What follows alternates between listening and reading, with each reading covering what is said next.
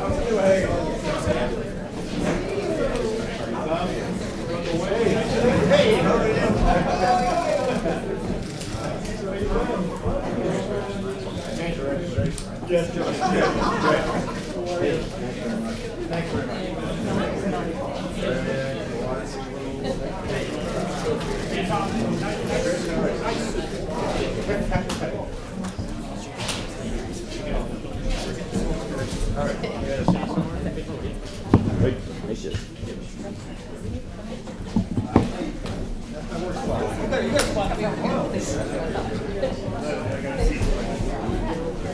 Hey, Jeff. Hey.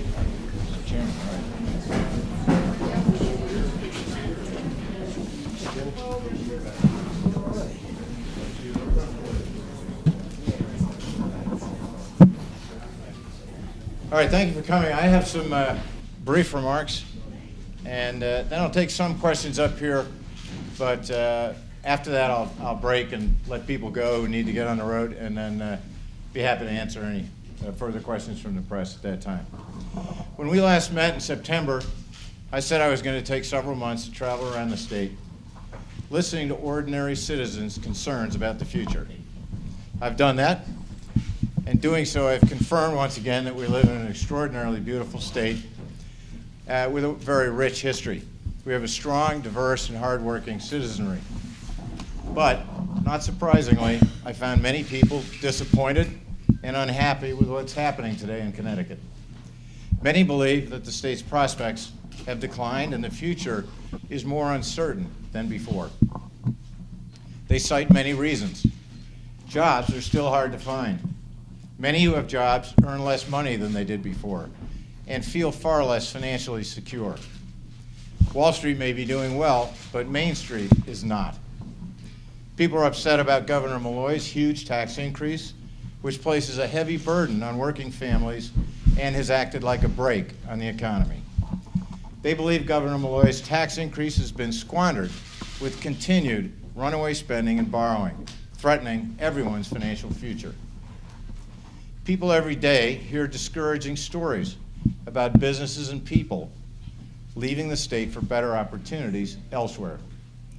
Deteriorating roads and bridges, ever more traffic congestion, trains that show up late or sometimes not at all, leave the impression that no one is in charge. Even many teachers and state workers, people who see government from the inside, are discouraged. I talked with a teacher, Laura from Hebron, who told me how much time the new evaluations Governor Malloy now requires take away from her job teaching students. She was beside herself that with a "we know better than you" attitude, the governor stepped in and changed things at her school when that school was performing well and already doing a great job teaching students.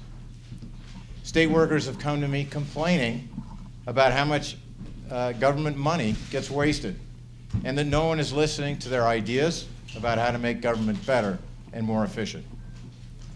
Parents and grandparents worry about what we are leaving to our future generations. My two-year-olds, Grace and Reed, who are here today but didn't cooperate on everything we had planned for them, you'll meet them later, are Connecticut's future. The optimism, enthusiasm, hope, and trust in a two-year-old's eyes demands something of all of us. What are we leaving them? Are we acting responsibly? Will they have the same opportunities we've had? Most of the people I talk with agree that we are not doing enough. So Connecticut needs a fresh start. A fresh start means a new direction and new leadership. I'm not a career politician or an insider in Connecticut politics. I spent most of my career in business. I know what it takes to create jobs, and I know how to persuade business owners to give Connecticut another look. I have served in government too. I served in Iraq, restoring their economy, and worked 2.5 years for our State Department. I know how government works and what it can and cannot do. I know that overburdening businesses, taxpayers, and teachers, for example, with rules and paperwork is not the answer. And when policy isn't working, throwing ever more taxpayer money at a problem is not the answer either. As a leader, it is important to be a good listener. From both my private and public sector experience, I learned how to listen and bring people together to solve problems. I believe in good government. That means I believe government should be well-run, efficient, and honest. It should represent ordinary citizens, not insiders or special interests. There remains a lot of work to do before Connecticut meets that standard. I believe leaders must be honest, straightforward, people of goodwill, and fair-minded. I agree with those who believe we need a new direction and new leadership in Connecticut. So I'm announcing today that I am entering the race for governor. As your governor, I promise to solve the problems that are holding so many back and will get us headed toward a brighter future. Helping me run, and my biggest asset, is my wonderful wife, Leslie, who many of you have met. She is a brilliant attorney and a spectacular mom. She, too, believes Connecticut needs a new direction. She will make a great campaign partner and a great First Lady of Connecticut. Could you just stand up for a second and say hi?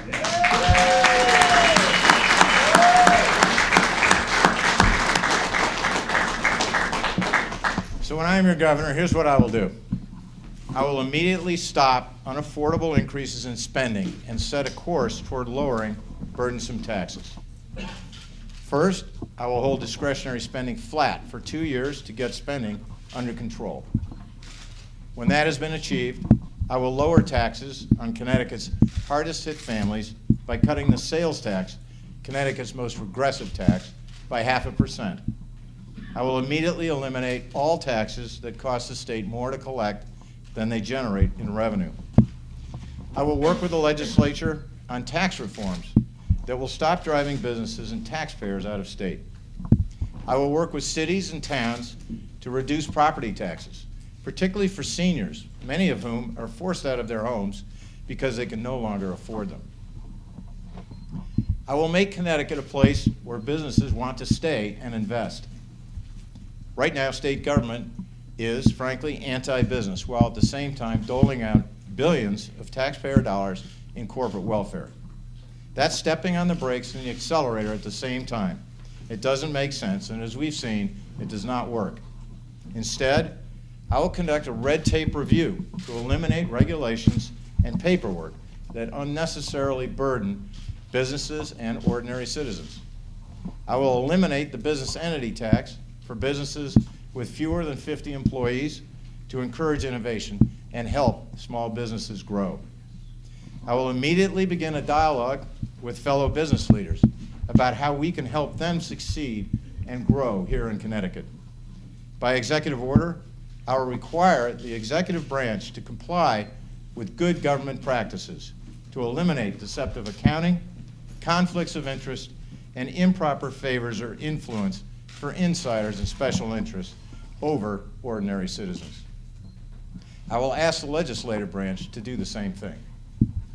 I will immediately implement an urban policy agenda focusing on schools, crime, jobs, housing, and poverty to address the problems of our cities and the most vulnerable people in them. I will fix our city schools with real education reform. We must do this to ensure every young person in Connecticut gets a fair start with a decent education. Real reform means, first, not interfering with local control of schools that are performing well.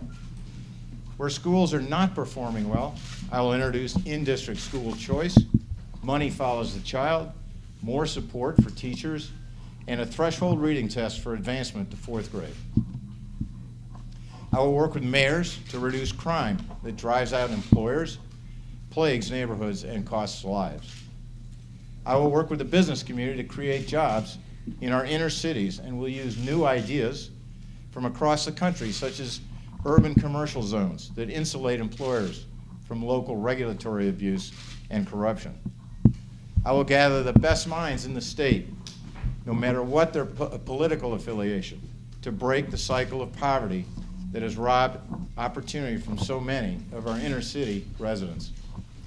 Connecticut's future is only as good as the future of our cities. Fixing our city's problems and providing better opportunity for our least fortunate citizens will benefit everyone in our state. It will be a top priority of my administration. Voters will have a clear choice this November. Voters who are comfortable with where Connecticut is today and where we are headed will probably vote for more of the same. But voters who believe we are not headed in the right direction, voters who want something better, something more promising, voters who want a governor who listens to and fights for ordinary citizens, a governor who is straightforward about how we are doing and what it will take to restore a more promising future, a governor who believes the government can serve the people better, a governor who cares about our children's futures, about our senior citizens who are overtaxed, about our young people who can't find jobs, and our citizens stuck in our inner cities without an opportunity to move forward. Those voters will vote for me. When they do, less than 10 months from now, Connecticut will have a new governor and be headed in a new direction with a new tone and renewed decency. I'm ready for that challenge and ready to lead Connecticut toward the brighter future its citizens deserve. Thank you very much.